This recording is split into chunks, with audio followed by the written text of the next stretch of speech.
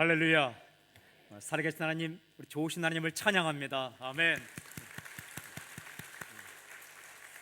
여러분 행복하십시오. 성령 충만하십시오. 아멘. 오늘 읽은 말씀은 세례받는 이야기입니다. 예수님을 믿고 예수님의 이름으로 세례받는 이야기. 어디에서요? 에베소에서 세례받는 이야기입니다. 세례가 무엇인가? 세례는 씻을 세자의 예식을 뜻하는 예자이죠. 씻는 예식이에요. 무엇을 씻는가? 죄를 씻는 예식입니다. 근데 세례가 무엇인가? 죄만 씻는가? 그렇지 않아요? 로마서 6장 3절부터 5절까지 보면 중요한 말씀이 나오는데, 예수님 이름으로 세례 받는다라는 것은 예수님과 하나가 된다라고 표현하고 있습니다. Be united with Jesus Christ. 예수님과 하나가 된다. 쉽게 말씀드리면 결혼한다라는 거예요. 예수님의 이름으로 세례받는다라는 것은 죄를 씻는 것과 동시에 예수님과 하나가 되어서 함께 울고 함께 웃고 함께 살아가는 것. 또 하나의 중요한 의미는 예수님 안으로 들어간다라는 것입니다. 그 당시에 세례를 받으면 그 공동체 안으로 들어가게 됩니다. 예수님 이름으로 세례받으면 예수님의 공동체, 가족 안으로, 패밀리 안으로 들어가는 것이죠. 에베소에서 12명의 사람들이 예수님의 이름을 세례를 받고 놀라운 경험을 하게 됩니다. 오늘 질문은 이것입니다. 예수의 세례의 특징은 무엇인가? 다르게 표현하면 예수의 세례의 비밀이 무엇인가? 오늘 예수님 믿고 예수님과 하나가 되는 비밀에 대해서 말씀을 선포하기를 원합니다. 1절 말씀 우리 함께 읽도록 하겠습니다. 1절 함께 시작. 아볼로가 고린도에 있을 때에 바울이 윗지방을 다녀 에베소에 와서 어떤 제자들을 만나. 아볼로 기억하세요? 지난주에 말씀드렸는데 예수를 믿지 않고 있다가 예수 믿은 그 아볼로는 아주 학식이 많고 잘 가르치는 사람이었죠. 그가 아가야 지방으로 떠났습니다. 아가야 지방의 대표적인 도시는 고린도이죠. 그는 에베소를 떠나서 아가야로 갔고, 그 아볼로가 없는 에베소에 누가 도착했는가? 사도 바울이 도착하게 되었어요. 바울이 와서 어떤 제자들을 만났다라고 기록하는데, 이 어떤 제자들은 누구인가? 도대체 이 어떤 제자들은 누구의 제자인가? 여러분이 누구의 제자입니까? 예수님의 제자입니까? 아니면 다른 사람의 제자입니까? 잘 모르죠. 왜냐하면 어떤 제자들이라고 기록했기 때문에 그렇습니다. 정확하게 기록하지 않아요. 우리도 궁금하지만 사도 바울도 궁금했던가 봅니다. 이 사람들이 도대체 누구를 따르는 사람들인가 해서 몇 가지 질문을 하게 됩니다. 사람도 만났을 때 도대체 이 사람이 어떤 생각을 가지고 있는가, 어디서 파송된 사람인가, 이 사람이 도대체 누구인가 알기 위해서는 어떻게 할 수 있습니까? 이야기 나눠보면 알 수 있죠. 그리고 질문을 몇 가지 해보면 알 수 있죠. 사도 바울이 두 가지 질문을 하고 이 사람들이 두 가지 대답을 해요. 그 질문과 대답이 아주 중요합니다. 2절부터 3절 함께 읽어볼까요? 시작. 이르되 너희가 믿을 때에 성령을 받았느냐? 이르되 아니라 우리는 성령이 계심도 듣지 못하였노라. 바울이 이르되 그러면 너희가 무슨 세례를 받았느냐? 대답하되 요한의 세례니라. 우리 처음 사람 만나면 몇 가지 질문하죠. 고향이 어디입니까? 그러다가 예수 믿습니다 하면 꼭 하는 질문이 어느 교회 다닙니까? 그게 그렇게 중요한 질문이 아닙니다. 어느 교회 다니냐? 이게 그렇게 중요한 질문이 아니에요. 예수님 믿는 사람에게 사도 바울이 아주 중요한 질문을 해요. 첫 번째 질문이 뭐예요? 너희가 믿을 때에 성령을 받았느냐? 이 질문을 합니다. 너희가 믿을 때 성령을 받았느냐? 그런데 그들의 대답이 뭐예요? 아니라 우리는 성령이 계심도 듣지 못했다. 다시 질문합니다. 바울이 질문하길 그러면 너희가 무슨 세례를 받았느냐? 그랬더니 이들이 대답하기를 요한의 세례로라 라는 거예요. 쉽게 말씀드리면 사람들을 만났는데 도대체 예수님 믿는 건지 안 믿는 건지 몰랐던 거예요.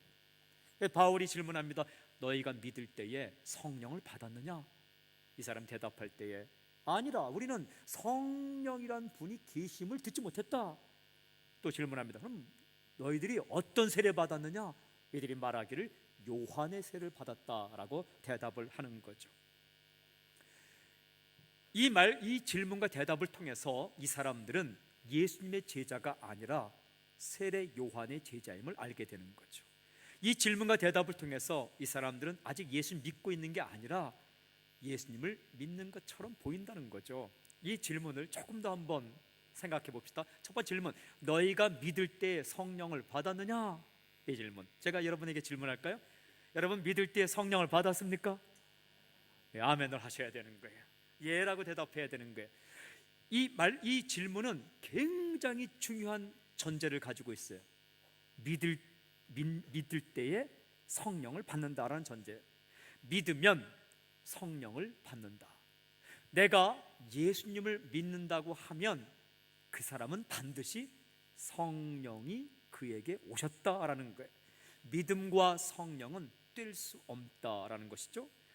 내가 예수 믿는다면 성령께서 오셨고, 반대로 성령께서 내게 오셨다면 나는 믿을 수밖에 없다. 믿는다라는 것과 성령을 받는다라는 것은 동시에 일어난 것이고 동일한 사건이다라는 거예요. 조금 더 생각해 봅시다. 대답을 말해요. 아니라 우리는 성령이 계심도 듣지 못했다, 이렇게 대답합니다. 이것은 성령에 대해서 한 번도 듣지 못했다라는 의미가 아닙니다. 왜냐하면 그 당시에 세례 요한의 제자들도 성령에 대해서 듣기는 들었어요. 왜냐하면 세례 요한이 한 말이 뭐냐면, 나는 물로 세례 주지만 내 뒤에 오시는 분은 나보다 큰 인데 내가 그의 신발끈을 풀기도 감당치 못하다. 그분은 오셔서 불같은 성령으로 너에게 세례 줄 것이다. 귀에 따갑도록 들었어요. 근데 이 사람들이 성령이 계심을 듣지 못했다는 건 무슨 뜻인가? 그 세례 요한이 말했던 성령님, 구약 성경에 우리에게 오시리라고 했던 Holy Spirit, 거룩한 영 성령님이 이 땅에 오셔서 지금 계신 것을 듣지 못했다라는 거예요. 그러니까 이미 오순절날 예루살렘에 성령님이 임하셨는데 이들은 그 소식을 듣지 못한 겁니다. 그러니까 요한의 세례에 머물고 있는 거죠. 그래서 다시 질문합니다. 그러면 너희가 무슨 세례를 받았느냐? 굉장히 중요한 질문이에요. 예수님 믿고 예수님의 세례를 받았느냐? 아니면 뭐 다른 세례를 받았는가? 그들이 대답했죠. 요한의 세례를 받았다. 여러분, 요한의 세례라는 것은 세례 요한이 베푸는 것과 동일한 세례를 받았다. 세례 요한은 일찍 죽었어요. 의로운 사람인데 일찍 죽었어요. 근데 그가 죽은 이후에도 사람들은 세례 요한이 베푸는 세례와 동일하게 세례를 베풀었죠. 세례 요한의 세례는 특징이 뭐냐? 첫째는요, 회개의 세례예요. 오늘 보면 회개의 세례를 베풀었다. 회개는 뭐예요? 뉘우치는 겁니다. 돌이키는 거예요. 쉽게 말씀드리면 내가 죄를 지었어요. 죄에 대해 슬퍼하고, 내가 이 죄를 지었구나. 또 뉘우치고, 이러면 안 되는데, 죄를 지으면 안 되는데, 또 어떻게 고백하고 내가 죄를 지었습니다. 그리고 또 어떻게 해요?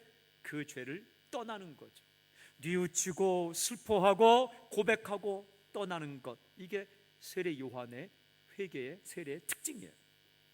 그런데 여러분, 내가 죄 지은 것을 슬퍼하고, 내가 죄 지은 것을 뉘우치고, 내가 죄 지은 것을 죄 지었다고 고백하고, 그리고 그 죄에서 떠나면 문제가 다 해결됩니까?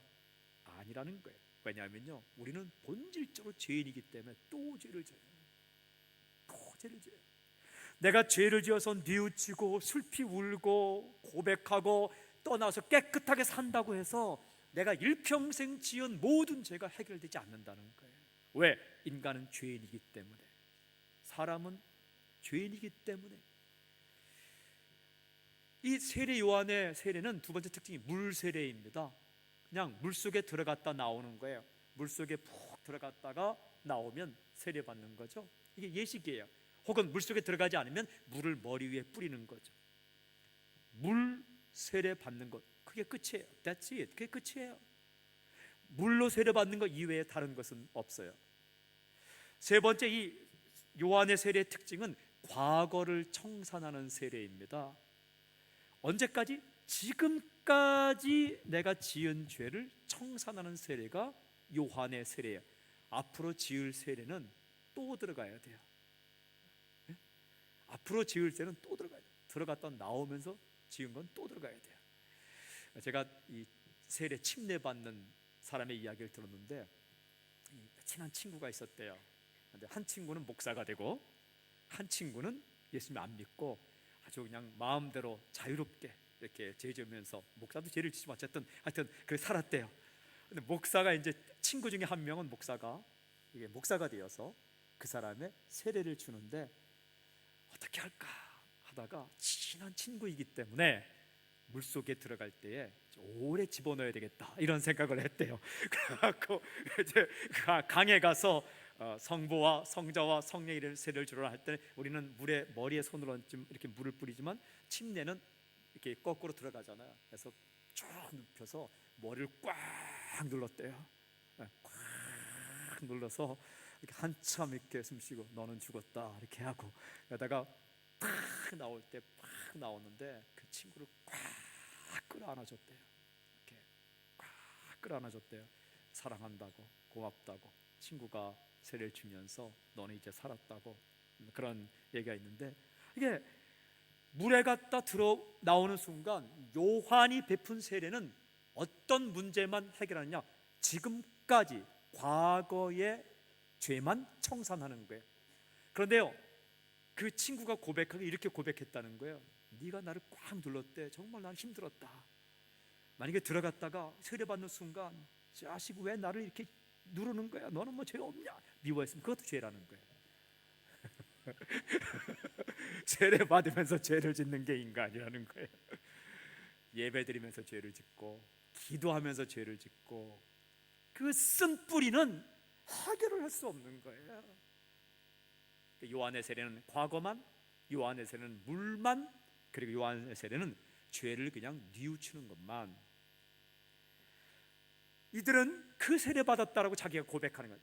정확히 말하면 예수님을 믿지 않는 사람들이죠. 예수님의 세례를 받지 않은 사람들이죠.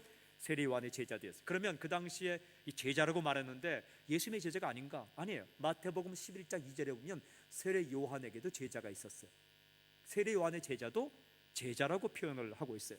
이들은 예수님 오신 이후에 AD 4세기 싹 400년까지 활동을 했어요.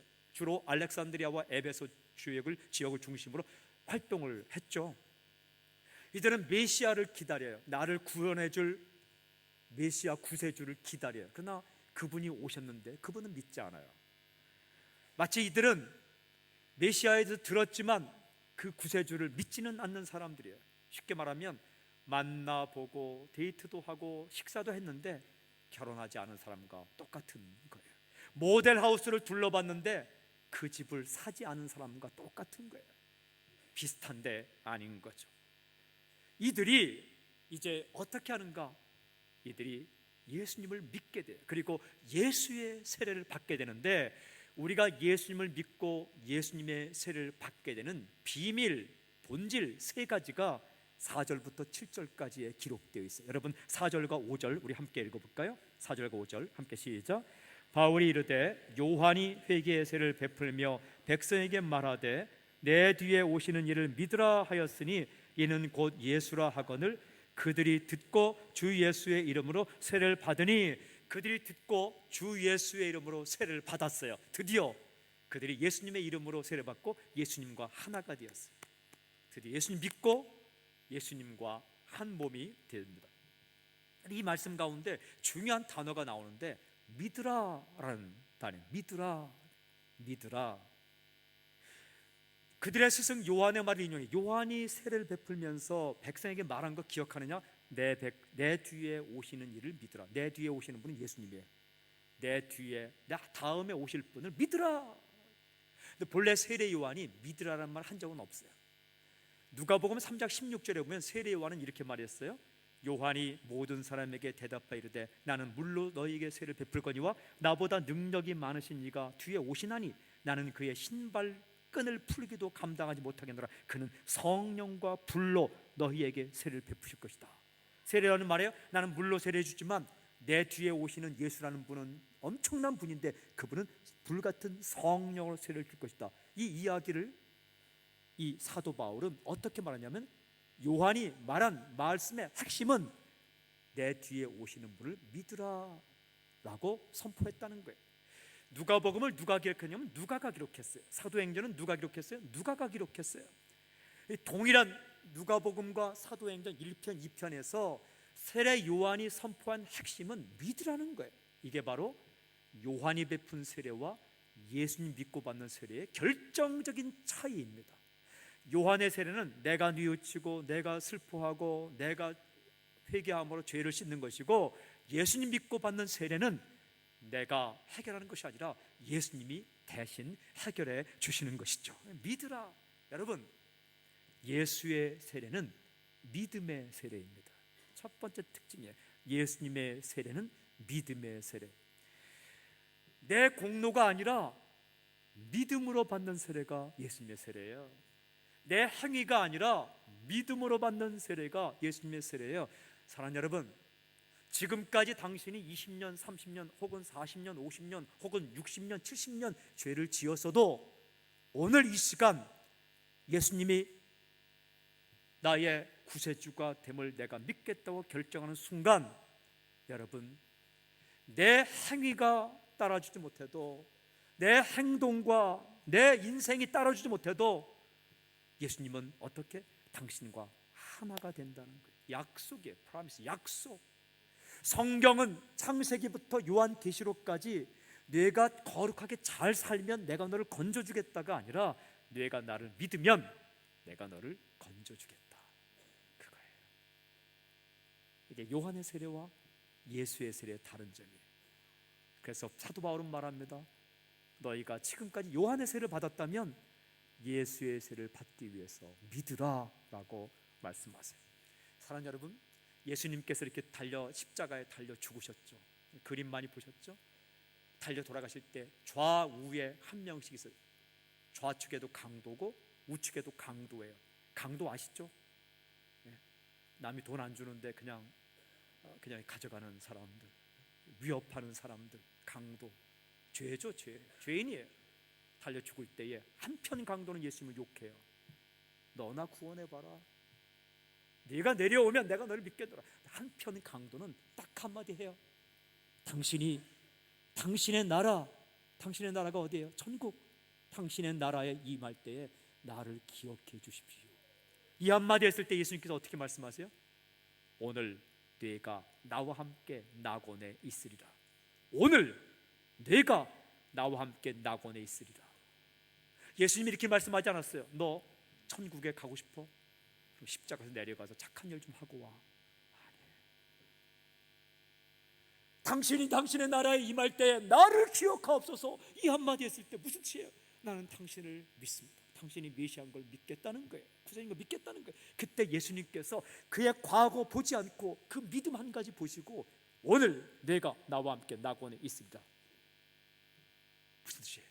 예수님께서 너는 나와 하나가 되었다는 거예요. 물을 머리에 뿌리진 않았지만, 물속에 들어가진 않았지만 그는 예수님이 베푸시는 죄 용서의 세례를 받고 예수님과 하나가 된 거예요. 이것이 예수님의 세례예요. 저는 오늘 이 시간 선포하고 축복합니다. 이 자리에 오신 모든 분들이 예수님을 믿고 주님과 하나 되는 놀라운 복이 임하기를 저는 선포합니다. 오래 다니신 분들 가운데, 그럼 나는 오래 다녔는데, 제가 오래 교회 다닌 분들 가운데 아직도 내가 죄를 씻고 내가 죄를 뉘우치고 내가 해결해야만, 그러니까 아직 해결하지 못한 게 얼마나 많아요. 그렇게 생각하는 사람이 많이 있더라고요. 지금 제가 쳐다보는 분이 그렇다는 게 아니고 많이 계시더라고요. 사랑하는 여러분, 그거 아니에요. 예수님을 믿어도 선하게 살아야 구원받는다. 성경은 그렇지 않아요. 다 부족해요. 우리가 다 부족해. 똥 묻은 돼지, 겨 묻은 개 다 우리예요. 그런데 어떻게? 주님을 믿으면, 믿는다는 게 도대체 뭘까? 믿는다는 게 믿습니다 하면 믿는 거예요? 그리고 믿습니다 하면 조금 덜 믿는 거예요? 믿는다는 것은 설득을 당한다라는 거예요. 설득을 당한다. 누구에게? 하나님에게 설득을 당한다. 여러분, 사기꾼에게 설득당하면 사기당합니다. 보이스피싱 한번 전화 받아보셨어요? 호주도 그게 있더라고요. 호주도 가끔 이렇게 이상한 전화가 와요. 제가 영어를 잘 못 알아듣지만 그건 제가 알아들어요. 뭐라 그러고 하여튼 그런 거 있어요. 여러분, 한국에 있을 때 전화를 걸어서 검찰청으로부터 전화가 왔어요. 깜짝 놀랐어. 당신이 고소를 당했는데 빨리 당신의 주민번호를 입력하라는 거예요. 겁이 나갖고 이제 그래서 다시 거기를 전화번호를 걸었어요. 근데 전화를 받지 않더라고요. 이상하다 해서 옆 사람이 물어보니까 그게 이제 보이스피싱, 거기서 설득당해서 주민번호 누르고 통장번호 누르고 입금하면 큰일 난다는 거예요. 큰일 날 뻔했어요. 나중에 올 때는 제가 이렇게 말했죠. 제가 바쁜데 그냥 할 일 하시라고 해서 끊었는데 그분들에게 설득당하면 큰일 나요. 그러나 사랑하는 여러분, 당신을 살리려고 하고 당신을 구해주려고 하고 당신을 위해서 자기의 아들까지 죽이면서 당신의 죄를 해결하려 했던 하나님께 설득당하면 살아요. 3일 전에 놀스록스에서 지하에 내려갔는데 새가 한 마리 들어왔더라고요. 어떻게 들어왔는지 모르겠어요. 그 놀스록스 지하에 대단한 새예요. 새가 한 마리 들어와서 막 창문으로 나가려고 이리 부딪히고 저리 부딪히고 막 그러는 거예요. 새가 그 유리창이 앞에 있는데 계속 부딪혀. 근데 저와 함께 있던 집사님 중에 한 분이 저 새를 좀 살려줘야 되겠다. 그래서 이렇게 잡으러 가시더라고요. 이렇게 천천히 잡으러 가는 거예요. 그렇게 하시는 말이 있더라고요. 새에게 하더라고요. 새에게 이렇게 말해요. 너 나에게 잡혀야 사는 거야. 응? 너 나에게 잡혀야 사는 거야. 이분은 그 말이 명언인지도 모르고 하시는 모르겠어요. 그게 명언. 나에게 잡혀야 사는 거야. 왜 잡혀야 삽니까? 살려주려고 잡으니까. 이 새를 내가 잡아서 해먹겠다는 게 아니라 이 새를 잡아서 문을 열고 날려서 살려주겠다고 가니까 이 새는 그 집사님께 잡혀야 사는 거예요. 결국은 이렇게 가는데 이 새가 안 잡히려고 푸드득 그래서 결국은 잡아서 내보내는데 깃털 3개가 떨어져 있더라고요. 그 깃털만 빠뜨렸으니까 그나마 괜찮죠. 죽을 힘을 다해 도망쳤으면 그 새는 죽었을 거예요. 마찬가지예요. 하나님께서 당신을 살리시려고 지금도 친구를 보내고 가족을 보내고 이렇게 설득하는 거예요. 내 아들 예수님을 믿지 않겠니? 그럴 때 제가 믿을게요. 그걸 믿음이라 해요. 인상을 쓰고 그냥 애를 쓰면서 믿으면 이게 아니라 하나님께서 내가 아들을 보냈어. 그를 네가 믿으면 너의 모든 죄가 용서돼 라고 누군가를 통해 말하고 성경을 읽을 때에 제가 그래요. 이걸 믿음이라 해요. 그 믿음으로 말미암아 예수님과 하나가 된다는 겁니다. 그 믿음으로 말미암아 예수님과 하나가 돼서 예수님의 이름으로 세례받는 거예요. 제가 그래서 다시 에베소서를 읽어봤어요. 이 에베소에서 있었던 일이니까 사도 바울이 에베소에서 믿음으로 예수님을 믿는다는 것을 강조해서 12명이 믿었지 않습니까? 그러면 나중에 에베소에 있는 교회에게 쓴 편지가 에베소서예요. 분명히 이 편지를 읽어보면 믿음으로 구원받는다는 그런 말씀이 있을 것이다 해서 읽어봤는데 역시 에베소 2장 8절 9절 이렇게 기록되어 있었어요. 너희는 그 은혜에 의하여 믿음으로 말미암아 구원을 받았나니 이것은 너희에게서 난 것이 아니요 하나님의 선물이라 행위에서 난 것이 아니니 이는 누구든지 자랑하지 못하게 함이라. 믿음으로 말미암아 은혜로 구원받는 것이다. 저는 선포합니다. 오늘 이 자리에 오신 모든 분들이 예수님을 믿음으로 구원받는 예수님의 이름으로 세례를 받고 예수님과 하나가 되는 놀라운 역사가 있기를 주님을 선포합니다. 그래요. 그들이 12명이 세례받았어요. 그런데 이것으로 끝나지 않았어요. 예수님의 이름으로 세례받고 예수님과 하나가 된다는 것은 더 박진감 넘치는 삶이 기다리고 있는데 6절 7절 보세요. 6절 7절 함께 읽겠습니다. 시작. 바울이 그들에게 안수하매 성령이 그들에게 임하심으로 방언도 하고 예언도 하니 모두 12사람쯤 되니라. 두 번째 예수의 세례는 성령의 세례입니다. 성령이란 거룩할 성자, 거룩한 영, 하나님의 영, Holy Spirit. 무슨 뜻이냐면 예수님의 이름을 세례받을 때에 누가 임하셨냐면 성령님이 그들에게 임하셨어요. 여러분, 2절에 나온 질문 있죠. 너희가 믿을 때에 성령을 받았느냐? 무슨 믿으면 성령을 받는다. 믿는 것과 성령이 오시는 것은 동일한 시간이라는 거예요. 어떤 사람은 두 단계설을 주장해요. 예수님 믿는 거는 믿는 거고 그 이후에 성령을 받는다. 그렇잖아요. 예수님 믿는 동시에 성령님이 오세요. 바꿔 말하면 성령님이 여러분에게 역사하셔야 예수를 믿을 수 있다는 거죠. 고린도전서 12장 3절에 이런 말씀이 있어요. 그러므로 내가 너희에게 알리노니 하나님의 영으로 말하는 자는 누구든지 예수를 저주할 자라 하지 아니하고 또 성령으로 아니하고는 누구든지 예수를 주시라 할 수 없느니라. 눈에 보이지 않지만 여러분 옆에 거룩하신 영 성령께서 여러분 마음을 두들겼기 때문에 예수 믿게 된다는 거예요. 그분이 이 자리에 살아계신 것입니다. 그러므로 예수 믿는 사람에게는 성령님이 함께 계셔서 절대 떠나지 않습니다. 어떻게 하시면서? 죄를 깨닫게 하시면서, 어떻게 하시면서? 예수님 믿게 하시면서, 어떻게 하시면서? 이 세상 임금은 심판받을 거예요. 이 세상 임금이 누구예요? 사탄은 반드시 심판받을 것이라는 것을 깨닫게 해주면서 여러분에게 있다는 거예요. 요한복음 16장 8절부터 11절 보면 이런 말씀이 있어요. 그가 와서 성령님이 오셔서 죄에 대하여, 의에 대하여, 심판에 대하여 너희를 책망하신다. 죄를 깨닫게 하시고 의를 깨닫게 하시고 심판을 깨닫게 하신다. 죄에 대하여 하면 너희가 그들이 나를 믿지 아니하며, 죄가 뭐냐? 믿지 않는 게 죄라는 걸 성령이 깨닫게 한다. 의에 대하려면 내가 아버지께로 가니 너희가 다시 나를 보지 못하며, 성령님이 의롭다는 것에 대해서 증거하는 것은 왜냐하면 내가 아버지께로 가서 너희가 나를 보지 못하며, 이게 무슨 뜻이냐? 의인은 누구냐? 예수님이에요. 그러니까 예수님이 직접 계실 때는 의에 대해서 말하기도 하고 가르치기도 했는데 예수님이 하나님께로 가니까 이제 누가 가르치는가? 성령님이 의인은 바로 예수님이라는 것을 깨닫게 하신다는 거예요. 심판에 대하여 하면 이 세상 임금이 심판을 받았습니다. 이 세상 임금은 요한일서에 보면 사탄이란 말이에요.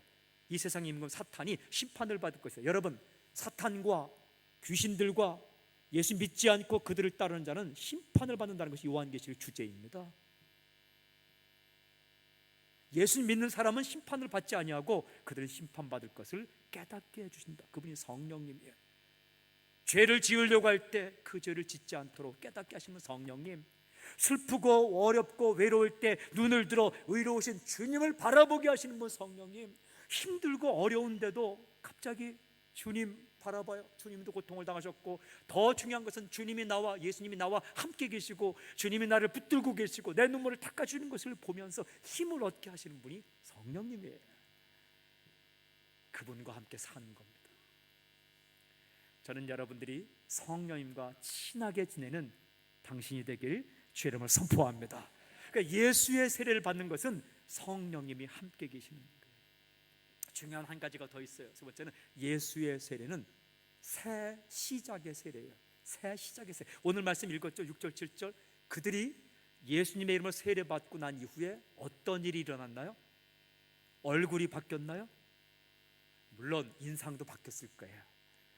여러분의 인상이 스데반의 얼굴처럼, 천사의 얼굴처럼 밝게 빛나기를 바랍니다. 그러나 그것보다 중요한 것은 오늘 성경 보니까 뭘 했어요? 방언을 했고 예언을 했다. 방언이란 하나님 알아듣는 언어예요. 예언이란 하나님의 마음을 전해주는 언어예요. 랭귀지예요. 이 방언이란 하나님께 말하는 기도예요. 예언이란 사람에게 하나님의 마음을 전달해 주는 거예요. 방언이란 영혼이 기도하는 언어예요. 예언이란 하나님께서 이 사람에게 하시고 싶은 하나님의 계획을 대신 전달해 주는 거예요. 그런데 이걸 이 요한의 제자였던 사람들 12명이 이전에 한 번도 해보지 않은 거예요. 한 번도 해보지 않았던 말, 한 번도 해보지 않았던 생각, 그걸 가지고 방언을 하고 예언을 했다는 거예요. 오늘날 방언을 들어보면 따따따따따따 랄랄랄랄랄라 이렇게 하잖아요. 그 이상한 언어가 아니에요. 옆에 사람은 이상하네. 그게 아니라 한 번도 해보지 않았는데 그런 말이 나오는 거. 그거 뭐냐면 내 영혼이 기도하는 거예요. 따따따따따 1시간 한다고 똑같은 말만 하는 게 아니라 1시간 동안 다른 내용의 기도를 내 영혼이 하는 거예요. 예언이란 이상한 말이 아니라 하나님의 마음을 대신 전달해 주는 거예요. 뭐 예언한다고 해서 이렇게 이상한 눈으로 바라보면서 당신은 그러다가 죽을 수 있어, 이런 건 예언이 아니에요. 그건 아니고 하나님의 따뜻한 마음과 계획과 사랑을 대신 전달해 주는 것. 근데 이 사람들이 전에 그런 걸 해본 적이 없어요. 여러분, 예수 믿는 것은 한 번도 해보지 않은 것을 새롭게 시작하는 거예요. 과거를 청산하는 것으로 끝나지 않고 새로운 시작이, 뉴 스타트, 새로운 시작이 있어요.